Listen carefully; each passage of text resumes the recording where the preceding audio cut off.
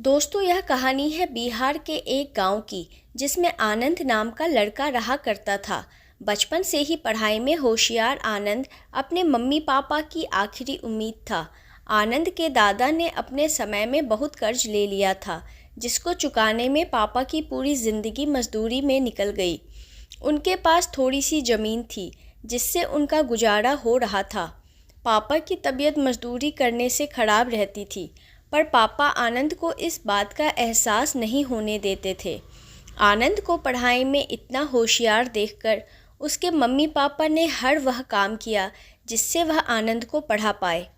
आनंद की कॉलेज की पढ़ाई ख़त्म हो गई थी और वह एक छोटी सी नौकरी करने लगा, जिससे उसका खर्च निकल जाता था और साथ में वह कलेक्टर बनने की तैयारी भी कर रहा था। आनंद अपने वक्त का एक मिनट भी फालतू नहीं गुजारता था।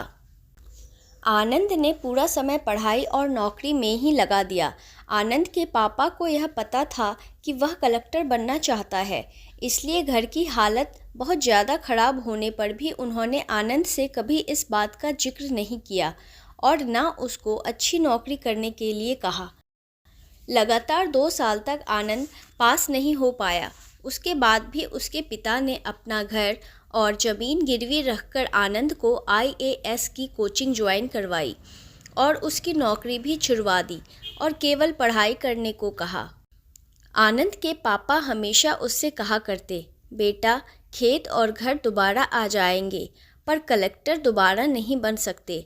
आज पूरे साल पढ़ाई करने के बाद आनंद का रिज़ल्ट आ गया, जिसमें वह अच्छे नंबरों से निकल गया था। आज उसके पिता से ज़्यादा खुश कोई नहीं था। ऐसा लग रहा था जैसे आनंद का सपना पूरा होने वाला है, पर भगवान को कुछ और ही मंजूर था। आनंद का कल इंटरव्यू था और सुबह से उसके पापा की तबीयत खराब थी। आनंद के पापा उसकी माँ से बार बार कह रहे थे कि आनंद को मत बताना, और उस दिन देर रात उनकी मौत हो गई। अब एक माँ जिसकी गोद में उसका पति गुजर गया और वह अपने दर्द को भुलाकर अपने बेटे की ज़िंदगी के बारे में सोच रही थी। माँ ने पड़ोसियों तक को इस बात का एहसास नहीं होने दिया कि उसका पति अब नहीं रहा। पूरी रात ऐसे रोई कि आवाज़ भी ना निकले, और सुबह आनंद जब इंटरव्यू देने जाने लगा, तब माँ और पापा के आशीर्वाद के लिए उसने माँ को कॉल किया। माँ ने पूरी हिम्मत लगा दी अपना सच छुपाने के लिए और आनंद को आशीर्वाद दिया। और जब आनंद ने पापा से बात करने को कहा, तो माँ बोली, पापा अब तुमसे बात नहीं करेंगे, वह कलेक्टर से बात करेंगे। इतनी बात करके माँ ने फ़ोन रख दिया। आनंद का जब इंटरव्यू हो गया, तब उसे बताया गया कि उसके पिता की तबीयत खराब है, उसको तुरंत घर जाना है। आनंद को एक पल नहीं लगा अपने पिता की हालत समझने में। घर पहुंचकर पिता के पैरों में गिरकर वह ज़ोर ज़ोर से रोने लगा और कहने लगा, पापा उठो, देखो मैं कलेक्टर बन गया। आज उसके पिता को वह खुशी मिली थी जिसका उनको वर्षों से इंतज़ार था, पर आज वह इस दुनिया में नहीं थे। भगवान आनंद के पिता की ज़िंदगी में सुख लिखना ही भूल गए थे। पहले वह अपने पिता के कर्ज में ज़िंदगी भर मजदूरी करते रहे और फिर बेटे के सपनों में फिर घर और ज़मीन गिरवी रखनी पड़ी। वह ज़िंदगी में कर्ज लेकर आए और कर्ज लेकर चले गए।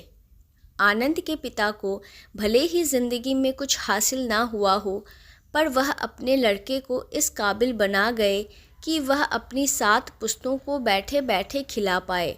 आनंद की माँ ने जो उस रात किया, जिसको करने का जज्बा बहुत कम लोगों में होता है।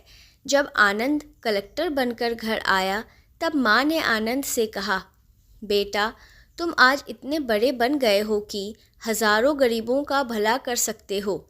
जब भी तुम्हारे सामने कोई गरीब मदद मांगने आए, तो अपने पिता और मेरे बारे में सोचना। मैं तुम्हारे बराबर पढ़ी लिखी और समझदार तो नहीं हूँ, पर इतना ज़रूर जानती हूँ, गरीब आदमी की बहुत मजबूरी होती है। तुम कभी किसी का बुरा मत करना। आपको यह कहानी कैसी लगी हमें कमेंट कर ज़रूर बताएं।